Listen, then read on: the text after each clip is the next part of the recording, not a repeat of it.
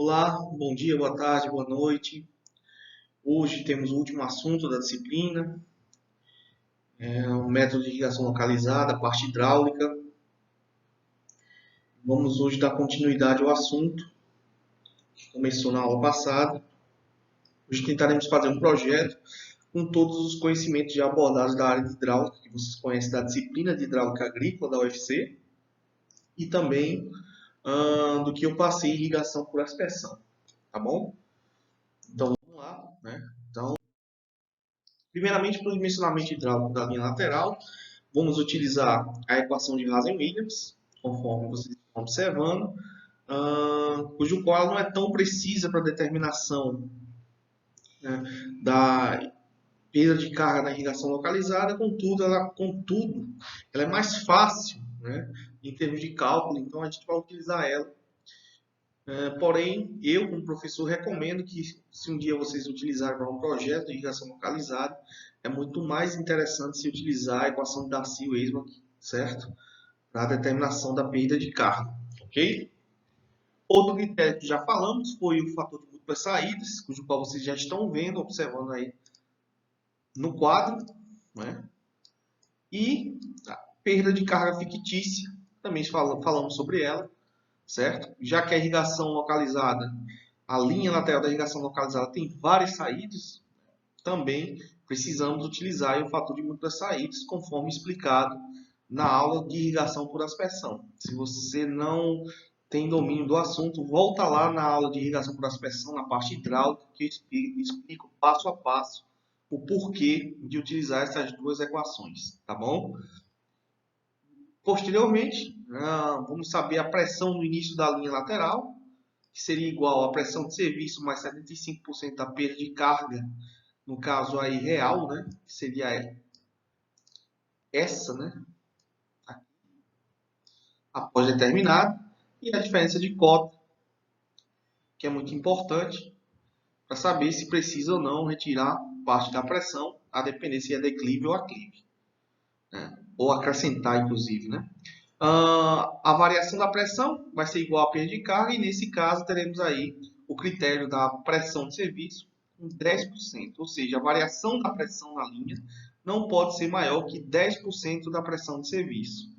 Anteriormente utilizamos na irrigação por aspersão 20%, contudo, como na irrigação localizada trabalhamos com pequenas vazões, então precisamos ser um pouco mais criterioso. Então, nesse caso, adotamos aí 10% ao invés de 20%, tá? Então, a variação da pressão ao longo da linha, ela vai ser igual a 10% da pressão do serviço, tá? Então, a variação da pressão ao longo da linha vai ser igual a 10% da pressão de serviço, que vai ser atribuída à perda de carga, tá bom? Então, vou fazer um exemplo. Então, eu vou aplicar o exemplo aí da linha lateral e conforme vamos avançando, vamos utilizar alguns elementos, inclusive aí o layout, que é muito importante para um projetista na hora de fazer um sistema, fazer o layout para ele poder entender a questão do comprimento das linhas e como é que vai ficar o projeto, tá bom? Recomendo-se sempre fazer aí o layout no AutoCAD para você ter uma melhor dimensão aí do que você está fazendo e maior precisão, tá? Como eu aqui estou utilizando apenas o PowerPoint, fica um pouco difícil fazer isso. Mas recomendo aí sempre fazer o layout da área com AutoCAD, certo? E aí temos um exemplo aí com algumas informações importantes. O cálculo de diâmetro da linha lateral para a cultura dos citros, né? O espaçamento é 6 metros entre plantas e 7 metros entre linhas, e diâmetro da copa de 4,5 metros. Temos aí, né, a evapotranspiração de referência média de 7,5, o KC, o coeficiente da cultura, de 0,7, um turno de rega de 2 dias, o emissor é um microaspersor, e aí temos a equação da vazão, certo? Explicada na aula anterior, cujo qual a vazão é dada em litros por hora. A pressão de serviço do emissor é de 15 MCA e o diâmetro molhado desse emissor é de 2,5 metros, ok? Então, primeiramente, né, mostrando aí o espaçamento entre plantas e entre linhas, certo? Teremos aí nessa nossa área, né, que tem uma área de 100 por 200, né, em torno aí de 2 hectares. teremos aí em torno de 476 plantas devido à densidade de plantio, certo? Então, começa aí o nosso projeto. Então, primeiro é entender como as plantas ficaram na área, para você poder fazer aí o layout do projeto e, consequentemente, fazer a montagem do seu projeto. Não se esqueçam disso, tá bom? Bem, aqui temos o projeto agronômico, o qual eu já expliquei nas aulas passadas, então vou passar rapidamente, tá? Então, S, que é a relação entre área molhada da planta pela área total, temos aí um valor de 0,38, consequentemente, o coeficiente de localização seria de 0,47. A evapotranspiração da cultura seria a multiplicação da evapotranspiração de referência vezes o Kc, que é igual a 5,25. E aí, a evapotranspiração da cultura localizada seria 5,25 vezes o coeficiente de localização, 0,47, que daria igual a 2,46 milímetros dia. A irrigação real necessária, que seria a lâmina a ser aplicada, seria a multiplicação da evapotranspiração localizada, que é um valor médio, multiplicado pelo turno de rega, que no nosso caso é de 3 dias. Então, 2,46 vezes 3 é igual a 7,40 milímetros. É como se fosse um acumulado, como eu expliquei em aulas anteriores, né? Estou utilizando a média, então, se evapotranspirou 2,46 no dia, vai ser no segundo e no terceiro dia, até a mudança do coeficiente de cultivo, né? Então, nesse caso, a nossa IRN do projeto seria de 7,40. Lembrando que, no caso de um projeto, o Kc que deve ser colocado é o Kc máximo, de maior demanda da cultura. Esse é a lâmina de projeto, tá? Lembrando-se sempre, esse aqui é um exemplo hipotético, mas você precisa pegar o maior Kc para utilizar aí no cálculo da evapotranspiração. Lembre-se disso, tá? Portanto, o número de emissores seria a relação entre a área molhada da planta pela área molhada do emissor, que dá igual a 1,8 emissores. Então, o número de 1,8 emissores, a gente arredonda para 2 emissores por planta. Ok? Então, área molhada da planta pela área molhada do emissor. Como o diâmetro da copa é 4,5 e o diâmetro molhado do emissor é de 2,5, então temos aí 1,8, que se aproxima de 2 emissores por planta. Então, o número de emissores do nosso projeto será de 2 emissores, ou 2 microaspersores, né? O volume, né, seria IRN pela área total, portanto, 7,40 vezes 6 vezes 7, o volume de água por planta. Lembre-se disso, tá? Então, o volume seria 7,40, que é a lâmina de irrigação, vezes a área da planta ocupada, 6 vezes 7. Tínhamos aí um valor de 310,8 litros por planta. Esse seria o volume a ser aplicado. Como temos um emissor, a equação do emissor e sua pressão de serviço, ou seja, a pressão média que o microaspersor trabalha, temos, portanto, aí que a nossa vazão do emissor seria de 87,37 litros por hora.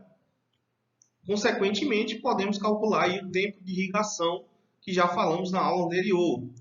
IRN, que é a lâmina de irrigação, espaçamento entre plantas, espaçamento entre linhas, número de emissores por planta, eficiência do sistema e a vazão do emissor. Temos então aí a lâmina, né, tudo posto. Adicionamos aí uma eficiência de 90%, mas vocês já sabem calcular a eficiência. Lembre-se disso, né? Portanto, o tempo de irrigação seria em torno de 2 horas. Esse seria o tempo, né, para se repor toda a água perdida por evapotranspiração durante 3 dias pelas plantas, certo? Então, vocês já sabem calcular, qualquer coisa refaz o cálculo aí para ver se está batendo direitinho, mas esse é o projeto agronômico aí no nosso projeto, ok? Portanto, né, temos essas informações, voltamos lá ao croquis do projeto. Olha lá, temos uma área, né, de 100 por 200, que dá em torno de 2 hectares. E aí, com 2 horas de tempo de irrigação, conforme calculamos, né, o volume de toda a área, né, seria o quê? 7,8 vezes 100 vezes 200, que daria em torno de 156 metros cúbicos. É um volume considerável. Nesse caso, a nossa vazão, se quiséssemos irrigar toda essa área, esses 2 hectares de uma vez, né, qual seria, né? Seria o volume pelo tempo que nós temos, né, para irrigar. Então, nesse caso, seria uma bomba de 78 metros cúbicos por hora. É interessante fazer isso, a não ser que seja realmente o desejo, né, do produtor fazer essa irrigação de uma vez. Caso não, por que não setorizar? Então, a setorização ela facilita muito na irrigação localizada. Por quê? Vamos dividir esse valor aí por 4, né? E aí vamos reduzir o custo da bomba, que é uma coisa muito importante, né? Então, ó, no nosso caso, vamos tentar setorizar em 4 áreas. Por quê? Setorizando em 4 áreas, teríamos aí 8 horas de irrigação, um tempo razoável, né? E aí diminuímos também a vazão da bomba, então, consequentemente, o valor e etc., né, seriam aí menores, né? Isso é muito importante. Então, nesse caso, o nosso volume seria dividido por 4, né? Então, teríamos 39 metros cúbicos por setor. Então, com 2 horas disponíveis por cada setor, teríamos aí 19 metros cúbicos por hora. Então, já é mais interessante, né? Então, aí, reduzimos bastante, né, a vazão necessária aí por setor. 19 metros cúbicos por hora é um valor bastante interessante, certo? Então, setorizar na irrigação localizada é muito interessante. Então, no meu caso aqui, eu setorizei em 4 áreas. Você pode setorizar em 2, em 6, em 8, enfim. Isso depende muito da criatividade do projetista, tá bom? Então, cada área eu vou chamar de unidade operacional, certo? Então, ó, cada unidade operacional ela vai ter aí em torno de 50 metros, né, a linha lateral. E aí a nossa linha de derivação, vocês estão vendo ali, né, ela vai ficar, né, em torno de 100 metros. Mas vamos falar de cada parte, né? Então, vocês estão observando aí a nossa unidade de operação, ok? Então, observe que vamos ter aí em torno de 4 setores. Outra coisa importante, né, é o regulador de pressão, que é muito interessante aí para irrigação localizada. Então, esse regulador vai fazer com que altas pressões não passem, né, seja regulada corretamente para que o que passe, né, através da linha de derivação seja a pressão necessária aí para as linhas laterais. Então, ela é muito importante, né? Então, vocês têm aí, ó, primeiro uma válvula elétrica, né, um filtro, né? Como vocês lembram, né, na irrigação localizada, filtros são muito importantes. E aí o regulador de pressão, aí do ladinho aí vocês estão observando, né? E depois aí um acoplador da linha lateral e da linha lateral, certo? Então, os reguladores de pressões eles são muito interessantes. Então, seria bastante interessante ter um regulador de pressão em cada linha de derivação dessa, certo? Então, temos aí 4 setores, tem um exemplo aí de um dos setores, ok? Então, temos aí o outro exemplo, que seria a linha lateral, olha lá, com 2 emissores, né, por planta, certo? E aí, é dessa forma que estariam instalados aí o nosso sistema, ok? Espero que tenha ficado claro aí para vocês, tá bom?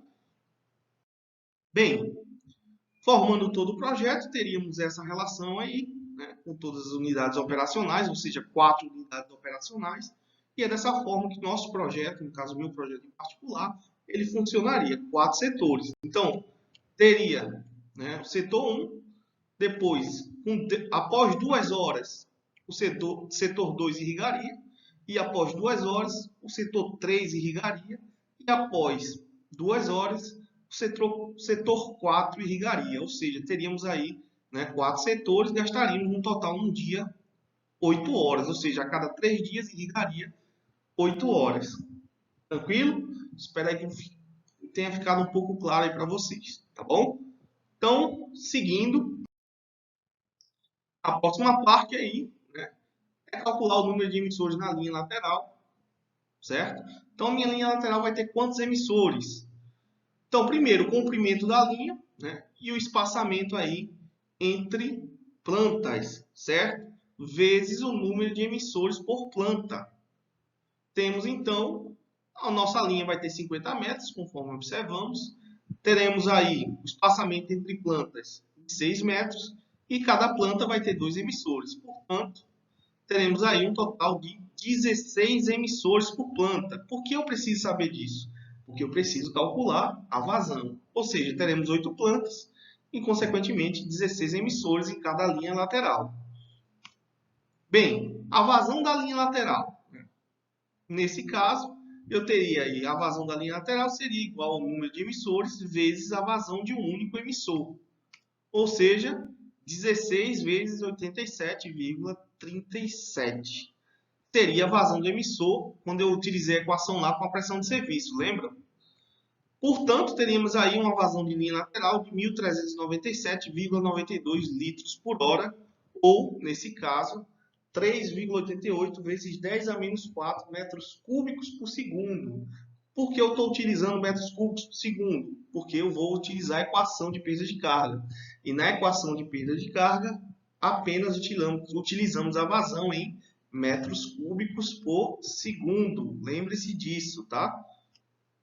Então, o nosso critério é o critério de variação de pressão, certo? Então, 10% da pressão de serviço seria igual a 1,5 MCA, né? Metro coluna d'água. Portanto, essa variação de pressão a gente atribui à perda de carga, que vai ser igual a 1,5 MCA. Eu chamo essa perda de carga máxima admissível, ou seja, no nosso projeto, o máximo que a pressão pode variar é 1,5 MCA na linha lateral. O máximo. Então, essa é a nossa perda de carga máxima admissível, né? Ela é igual à variação da pressão na linha lateral, ok? Então, esse é o máximo que ela pode variar. Portanto, a vazão mínima do último aspersor com essa variação de 1,5 MCA seria, né, 82,63 litros por hora. Ou seja, o último microaspersor ele tem que ter pelo menos essa vazão. Essa vazão é aceitável para esse microaspersor. Menor do que isso não é interessante no projeto. Então quer dizer que as últimas plantas vão estar recebendo menos água. Então o projeto está mal dimensionado, ok?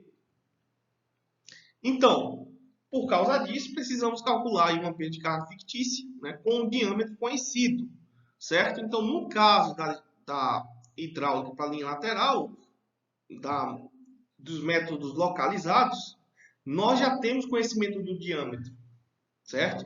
Então, a gente não vai encontrar um diâmetro feito encontramos na aspersão, na linha lateral da aspersão. Na linha lateral de microaspersores ou gotejamentos, utilizamos um diâmetro do catálogo e a partir daí vemos se ele atende o critério de 10% da pressão de serviço em termos de perda de carga. É dessa forma que nós vamos trabalhar. Então, primeiro, precisamos encontrar a perda de carga real, aquela que realmente é mensurada com o diâmetro selecionado e o comprimento da linha. Vamos ter aí saídas, né? Então, nesse caso aí, vamos utilizar o fator de múltiplas saídas. Então, sabemos que temos 16 saídas.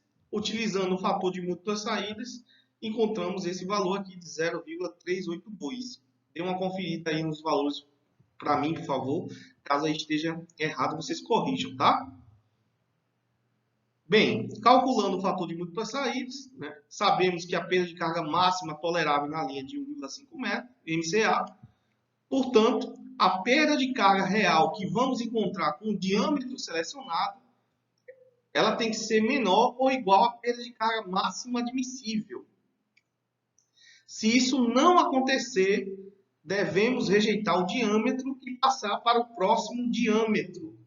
Repetindo, a perda de carga real que vamos obter com o diâmetro selecionado tem que ser menor ou igual à perda de carga máxima admissível. Caso isso não aconteça, precisamos rejeitar esse diâmetro e encontrar outro diâmetro para fazer o cálculo da perda de carga, certo? Então, vou fazer o exemplo para vocês observarem aqui no nosso projeto. Então, primeiro eu peguei um catálogo qualquer na internet, certo? Não quero divulgar a empresa, mas enfim. Observe aqui que eu vou selecionar um diâmetro, né, do tubo de polietileno. Então, nesse caso, o diâmetro aí que eu selecionei, né, é o diâmetro aí de 16 milímetros, certo? Observem aí, o diâmetro interno dele é de 16 milímetros. Então, esse diâmetro será utilizado primeiramente para o projeto. Se atender o critério, esse diâmetro é aceito. Se ele não atender o critério, vamos rejeitar o diâmetro e passar para um próximo diâmetro. Ok? Então, a perda de carga fictícia com diâmetro de 16 milímetros. Então, vamos lá. É só utilizar a equação de Hazen-Williams, como vocês estão observando. Observem aqui ó, o valor da vazão da linha lateral. Utilizei aí o C, coeficiente de Hazen-Williams, para polietileno, no caso 144. O comprimento da linha é de 50 metros e o nosso diâmetro aqui é de 0,016 metros ou 16 milímetros. Ok? Então, encontramos aí uma perda de carga fictícia de 14,74. Então, o que é que vamos fazer a partir daí? Vamos utilizar o fator de múltiplas saídas e encontrar a perda de carga real, né, para comparar com a máxima admissível. Então, vamos lá. Vamos escolher a opção de diâmetro igual a 16 milímetros? Será que devemos escolher essa opção? Então, multiplicando aí a perda de carga fictícia pelo fator de múltiplas saídas, temos aí uma perda de carga real de 5,63 MCA para essas condições, ou seja, de um diâmetro de 16 milímetros para uma linha de 50 metros em nossa vazão de 3,88 vezes 10 a menos 4 metros cúbicos por segundo. Então, nessas condições, eu aceito ou rejeito esse diâmetro. Então, precisamos observar se a perda de carga real medida ela é menor ou igual à perda de carga máxima admissível. Vimos que a nossa perda de carga máxima admissível é de 1,5 MCA. Como nossa perda de carga real, medida real, foi de 5,63, portanto, a gente deve rejeitar esse diâmetro. Então, lembre-se, a nossa perda de carga máxima admissível foi de 1,5. O que encontramos na perda de carga real foi de 5,63. Então, a perda de carga real é maior do que a perda de carga máxima admissível. Portanto, devemos rejeitar esse diâmetro e procurar um diâmetro maior do que esse. Ok? Então, voltando ao catálogo, qual a opção escolher? Então, nesse caso, eu vou escolher o diâmetro comercialmente superior, ligeiramente superior ao anterior. No nosso caso aqui, eu já fiz as combinações e selecionei o diâmetro de 26 milímetros. Ok? Esse diâmetro pode dar certo no nosso projeto? Vamos observar. De novo, a perda de carga fictícia com diâmetro de 26 milímetros. Da mesma forma, observe. Comprimento da linha 50, o nosso diâmetro agora selecionado, polietileno, né, e a vazão da linha lateral, certo? Tudo do mesmo jeito, a única coisa que mudou foi o diâmetro. Encontramos aí uma perda de carga fictícia de 1,38 MCA. Então, nesse caso, devemos escolher essa opção, esse diâmetro. Então, encontrando aí pela multiplicação da perda de carga fictícia pelo fator de múltiplas saídas, temos aí, né, uma perda de carga real de 0,52 metro coluna d'água. Então, nesse caso, a perda de carga real medida de 0,52 é menor do que a perda de carga máxima admissível de 1,5, que foi o que encontramos, né? 10% da pressão de serviço. Então, podemos aceitar esse diâmetro. Então, esse diâmetro vai ser o selecionado para a minha linha lateral, certo? Então, qual seria a pressão mínima no início da linha lateral, nesse caso? Então, qual é a pressão necessária no início da linha para que no final da linha eu tenha uma variação máxima de 1,5 MCA? Então, a variação ou a pressão mínima no início da linha lateral, né? A pressão mínima no início da linha lateral seria a pressão de serviço do emissor, 75% da perda de carga real, ok? Mais o desnível. Então, temos aqui pressão de serviço do emissor, 15 MCA. 0,52 foi a perda de carga real encontrada com um diâmetro de 16 milímetros, multiplicado por 75, né? 0,75. Não temos desvio, então precisamos ter uma pressão de 15,4 MCA no início da linha para que não haja problema, né, de variação de 1,5 MCA, certo? Então, superou uma variação de 1,5, está incorreto o projeto, então precisa observar o que aconteceu. Então, nesse caso aí, o mínimo que devemos ter de pressão no início da linha é de 15,4. Então, o que seria interessante nesse caso é ter um manômetro para observar aí a pressão no início da linha, para ver se está coerente aí com 15,4 MCA, ok? Bem, a linha de derivação. A linha de derivação, vocês viram no início aí, na introdução, a irrigação localizada, é aquela linha que conecta a linha lateral, certo? Ela está conectada à linha lateral e também está conectada à linha principal. Iremos utilizar da mesma forma a perda de carga por Hazen-Williams, a perda de carga fictícia com um fator de múltiplas saídas, que você já conhece. E aí, a pressão no início da linha de derivação tem que ser pelo menos a pressão no início da linha lateral, mais a perda de carga da linha de derivação, mais o desnível, mais ou menos o desnível. Também vamos utilizar o fator de múltiplas saídas. A linha de derivação ela é idêntica, o dimensionamento é idêntico à aspersão, não vai mudar nada, tá? A partir daí, temos o mesmo critério da irrigação por aspersão. Ou seja, qual seria a vazão da linha de derivação? A vazão da linha de derivação, precisamos saber o número de linhas laterais que existem no setor. Então, o que é que precisamos saber para isso? Primeiramente, o comprimento do setor e o espaçamento entre linhas. O comprimento do setor é de 100 metros, né? É de 200, então, dividido por 2, por causa dos setores que fizemos a divisão, né? Vamos ter aí 100 metros dividido por 7, que é o espaçamento entre linhas de plantas. Vamos ter aí em torno de 14 linhas laterais. Então, a vazão da linha de derivação seria o número de linhas laterais vezes a vazão da linha lateral, obviamente. Então, quantas linhas laterais estão conectadas na linha de derivação? Então, multiplicando uma linha de derivação uma linha lateral pelo número de linhas laterais, vou repetir, desculpe. Multiplicando a vazão de uma linha lateral pelo número total de linhas laterais, eu vou ter a vazão da linha de derivação. Então, nesse caso, são 14 linhas laterais. A vazão de uma linha lateral é de 3,88 vezes 10 a menos 4. Então, a vazão da linha de derivação vai ser de 5,43 vezes 10 a menos 3 metros cúbicos por segundo. Professor, por que você está utilizando metros cúbicos por segundo de novo? Porque eu vou utilizar na equação de perda de carga. Repetindo, a vazão da linha de derivação deve ser igual ao número de linhas laterais vezes a vazão da linha lateral. Por quê? Porque essas são as linhas que estão conectadas na linha de derivação. Então, a linha de derivação precisa alimentar essas linhas. Então, ela precisa ter a vazão suficiente para alimentar todas as 14 linhas laterais. Certo? Entendendo isso, qual seria o material da linha de derivação? Pode ser polietileno, pode ser PVC.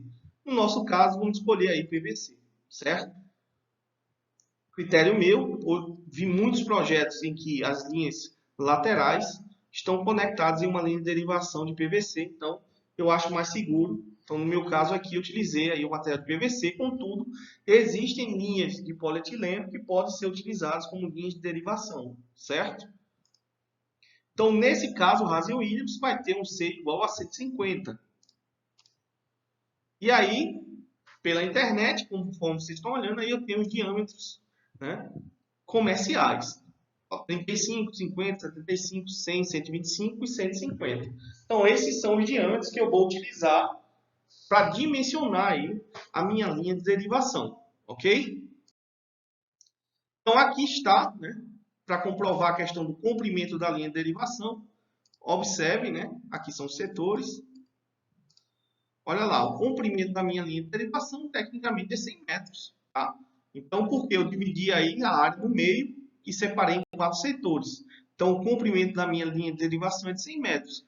Como o espaçamento entre linhas era de 7, então temos aí 100 dividido por 7, 14 linhas laterais. Então, por isso que a vazão da linha de derivação é 14 vezes a vazão de uma linha lateral, certo? Só para ficar claro aí, né? Então, nesse caso, eu mostro aí o exemplo, né, de como a linha de derivação, que é essa azulzinha aí conectada na preta, fica no campo, né? Então, vocês estão observando aí, temos conectores que encaixam essa linha de PVC na linha de polietileno, certo? Então, é um exemplo aí bem nítido de uma linha de derivação, ok? Então, vamos lá. Para encontrar o diâmetro da linha de derivação, primeiramente, precisamos adotar o critério. E qual é o critério? É a perda de carga máxima admissível, que seria o quê? A variação da pressão ao longo da linha. Adotamos o mesmo critério da aspersão, ou seja, 20% da pressão de serviço, que vai dar igual a 3 MCA. O fator de múltiplas saídas, nesse caso, teremos aí 14 saídas, que são as linhas laterais, né? E o expoente da vazão continua sendo 1,85, por isso o M vai ser 1,85. Temos aí um fator de múltiplas saídas de 0,387. Então, qual é a diferença da linha lateral que estudamos anteriormente aqui nesse capítulo, nessa aula?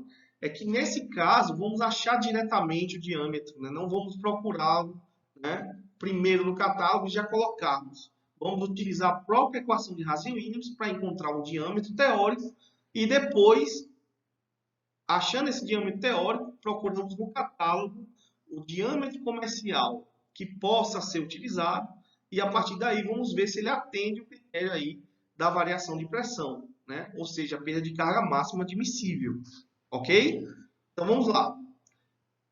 Nesse caso aqui, a perda de carga fictícia vai ser igual a perda de carga máxima admissível dividido pelo fator de múltiplas saídas, conforme a gente já viu em aspersão. Então, a perda de carga fictícia, nesse caso, é de 7,75. Por que eu estou achando essa perda de carga fictícia? Para poder encontrar o meu diâmetro teórico. Então, utilizando a equação de Hazen-Williams e evidenciando o diâmetro, temos, portanto, aí, observem, primeiramente, a vazão da linha de derivação. O nosso C, né, o coeficiente de Hazen-Williams é 150. E aí, ó, o comprimento da nossa linha é de 100 metros. Por quê? Porque é a linha de derivação. Portanto, temos um diâmetro teórico de 0,056 metros. Ou seja, eu preciso encontrar, né, entre o intervalo de 0,050 e 0,075 o diâmetro adequado que atenda esse critério. Vimos lá no catálogo, né, as duas opções que tem. Então, quais são as duas opções que temos? O diâmetro, primeiramente, o diâmetro de 75. Então, se eu utilizar o diâmetro de 75 na equação de Hazen-Williams, esse diâmetro vai me dar uma perda de carga menor ou igual à máxima admissível? É isso que eu quero saber. Então, calculando a perda de carga por Hazen-Williams, com o diâmetro de 75, né, tendo a vazão de 5,43 vezes 10 a menos 3 e o comprimento de 100 metros, né, temos aí uma perda de carga fictícia de 1,94. Se utilizarmos o diâmetro de 50 milímetros, que for o outro comercial que está próximo aí ao nosso diâmetro teórico, utilizando a mesma equação de perda de carga, só que agora com diâmetro de 50 milímetros, temos aí uma perda de carga fictícia de 14,02 MCA, certo? Então, para obter a perda de carga real desses dois diâmetros, o que é que devemos fazer? Multiplicar pelo fator de múltiplas saídas, certo? Conforme a gente já viu em aspersão. Portanto, nesse caso, para a perda de carga real com um diâmetro de 75 milímetros, e aí nas condições em que eu tenho uma vazão de 5,43 vezes 10 a menos 3 metros cúbicos por segundo e um comprimento de 100 metros, certo? Teríamos aí uma perda de carga de 0,75 MCA. Para o caso do diâmetro de 50 milímetros, nessas mesmas condições que eu citei, temos aí uma perda de carga real de 5,42. Então, dentre essas duas, qual é aí que está abaixo da perda de carga máxima admissível? No nosso caso aí, seria de 75 milímetros. Portanto, esse vai ser o diâmetro escolhido, um diâmetro de 75 milímetros. Ok? Espero que tenham entendido. Caso não repitam o vídeo e caso ainda tenham mais dúvidas, olhem a aula de aspersão. E ainda assim, se tiver dúvida, mandem um e-mail que eu respondo, tá bom? Acho que até agora todos os e-mails foram respondidos. Bem, escolhido o nosso diâmetro, né? É só calcular agora a pressão no início da linha de derivação. Que seria o quê? A pressão no início da linha lateral, mais a perda de carga da linha de derivação, mais ou menos o desnível. Então, nesse caso, eu considerei o desnível igual a zero, então ele não existe. Então, a perda de carga no início da linha lateral, desculpem, a pressão no início da linha lateral seria de 15,40, a pressão no início da linha lateral, mais 0,75, que é a nossa perda de carga da linha de derivação. Portanto, temos aí uma pressão no início da linha de derivação deve ser pelo menos de 16,15 MCA. Essa é a pressão que deve chegar no início da linha de derivação para que, com toda a cautela e todo o cuidado, né, as pressões, né, nas linhas laterais sejam atendidas. Portanto, novamente, né, checar o manômetro para ver se as pressões estão todas ok. Certo? Então, aí, terminando a linha de derivação, passamos para a linha principal recalque-sucção, que tem o mesmo critério da linha de principal recalque-sucção da aspersão. Não muda, é a mesma coisa, certo? Então, se vocês têm dúvida, olhem lá o vídeo de aspersão, vocês vão ver que são as mesmas fórmulas. Então, aqui a gente evidencia o diâmetro e temos o critério de velocidade, cujo qual a velocidade não deve ultrapassar um limite. No caso aqui do nosso exercício, eu coloquei que a velocidade máxima deve ser de 2 metros por segundo. Contudo, existem na literatura alguns critérios de alguns pesquisadores que pedem para utilizar, por exemplo, a velocidade de 1,5, certo? No caso, adotamos aí a velocidade de 2 metros por segundo. Mas vocês vão ver nos catálogos, e alguns catálogos têm, né, a velocidade máxima que uma tubulação de fato suporta, né, daquele material, daquele fabricante, certo? Eu adotei a velocidade de 2 metros por segundo. Vamos utilizar de novo a equação de Hazen-Williams. E só. Agora é só dimensionar. Então, o diâmetro da linha, né, principal. Primeiro, qual é a vazão da linha principal?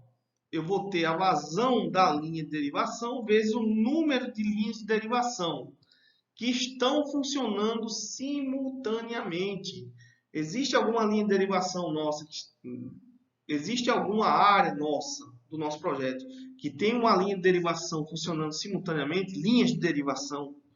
Não, né? Porque eu setorizei em 2 horas cada linha funcionar. Então, nesse caso, não temos aí duas linhas de derivação funcionando simultaneamente. Lembram? Se não temos, então, esse valor é 1. Então, vou repetir basicamente a vazão da linha de derivação. Então, a vazão da linha de derivação vai ser igual à vazão da linha principal, ou seja, 5,43 vezes 10 a menos 3 metros cúbicos por segundo. Por quê? Porque eu vou utilizar a equação de perda de carga.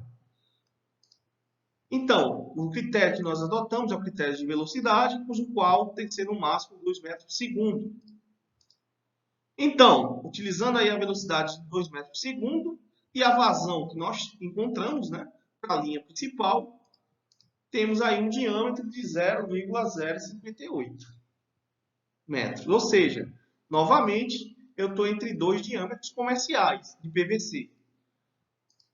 O diâmetro comercial de 0,075 metros, né, se eu voltar na equação, né, vou achar uma velocidade de 1,23 metros. O diâmetro comercial de 0,050 metros ou 50 milímetros vai me dar uma velocidade de 2,75. Se você quiser fazer, é só fazer aquela relação, né? Q é igual a área vezes velocidade. Na área, você vai utilizar o diâmetro, né? Π vezes d ao quadrado dividido por 4. Né? E aí vou botar o diâmetro de 75 e de 50 milímetros, no caso em metros. Né? Então, achou isso, né? Achou a área, divide pela vazão, você tem a velocidade. Então, nesse caso aí, qual das duas velocidades atende o nosso critério? É do diâmetro de 75 milímetros. Isso era óbvio. Por quê? Porque pelo menos a nossa linha principal teria que ter o diâmetro da linha de derivação. Não podia ser menor. É muito difícil ser menor. Então, mas a gente precisa fazer os cálculos, certo? Então, nesse caso aí, no nosso critério técnico, né? O diâmetro de 75, ele atende, né? Então, ele vai ser repetido aí na linha de derivação e na linha principal, ok? Então, para encontrar perda de carga e pressão no início da linha principal, né, precisamos aí utilizar a equação de Hasse-Williams. Então, nesse caso aí, observe, temos... Só um minuto que estou escolhendo aqui a cor, pronto. A vazão da linha principal, que é igual à vazão da linha de derivação, PVC, ó, 150, né? E aí, qual é o comprimento da minha linha principal? Se vocês observarem no layout, a nossa linha principal ela tem um comprimento de 100 metros, ou seja, 50 metros mais 50, né? Então, em torno de 100 metros. Então, a nossa perda de carga vai ter um comprimento aí. Para utilizar na perda de carga, a gente vai ter aí um comprimento de 100 metros.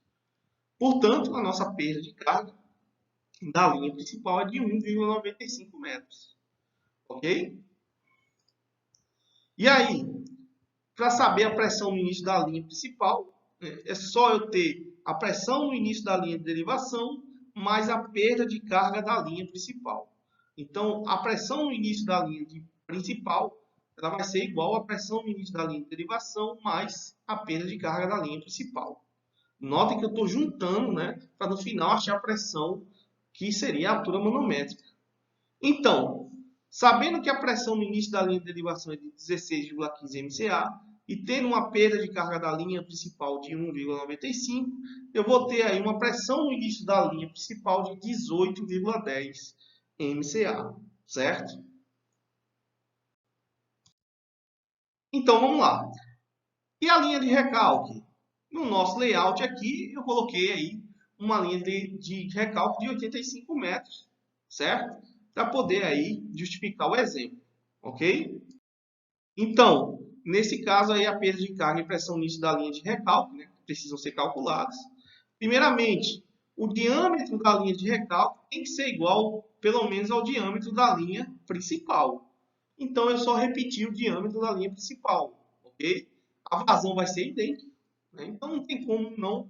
Se o critério é o mesmo da linha principal e a vazão é idêntica, consequentemente, o meu diâmetro ele também vai ser idêntico, certo? Caso não, utilizem lá a fórmula do diâmetro do critério de velocidade, se vocês não quiserem provar, tá bom? Nosso comprimento agora é de 85 metros, portanto, né, temos uma perda de carga aí de 1,65 MCA. Como é que eu acho a pressão no início da linha de recalque? É só achar a pressão no início da linha principal mais a perda de carga da linha de recalque. Ou seja, temos aí, né, 18,10, que é a pressão no início da linha principal, mais 1,65, que é a perda de carga da linha de recalque. Então, vamos ter aí 19,75 MCA. Então, basicamente, a gente fez o projeto. Teria só a sucção, que vocês já viram em hidráulica, viram aqui um exemplo. Então, acho que não é necessário fazer, né? E, posteriormente, a partir daí, o cálculo aí, né, do conjunto motobomba, o qual precisa achar a potência, né, e também a curva da relação a vazão e altura manométrica, que vamos encontrar nos catálogos, certo? Lembre-se lá na irrigação por aspersão, já mostrei como é que se calcula as perdas de cargas localizadas, né, um exemplo, né, que seria os 5% da altura manométrica total, ou se não, você utiliza aqueles fatores K das peças especiais. Lembre-se que no nosso caso aqui específico, os filtros, eles precisam ser adicionados, a perda de carga do filtro, ela precisa ser adicionada aí na altura manométrica. Eu falo isso, né, na parte quando eu falo de filtros, mas é bom lembrar. Por quê? Os filtros, eles têm uma perda de carga considerável. Então, antes de mencionar a bomba, lembre-se de adicionar a perda de carga do filtro, além das peças como joelho, né, conectores e etc. Lembrar sempre de utilizar a perda de carga dos filtros, tá? devem ter em catálogos, tá bom? Você vai comprar. Ok? No mais aí a vazão deve ter dado em litros por hora, altura manométrica em metros por coluna d'água, eficiência da bomba e eficiência do motor, certo? Né? E o 75 aí é para transformar o cavalo vapor, ok? Espero que vocês tenham entendido. Caso não, mandem um e-mail para mim que eu repito a aula. Diga aí o que falhou, o que está errado, o que não está, enfim. E a gente está concluindo aí o semestre com essa última aula. Né? Foi um prazer imenso. Estou à disposição aí para que a gente possa, de alguma forma, aí, ajudar no que for preciso nesses tempos difíceis. Né? Então, tentei me esforçar ao máximo aí para que a disciplina ela consiga, né, pelo menos, passar o mínimo necessário. Ok? Então, vamos nos comunicando por e-mail, pelas redes sociais. Um forte abraço. Tchau, tchau.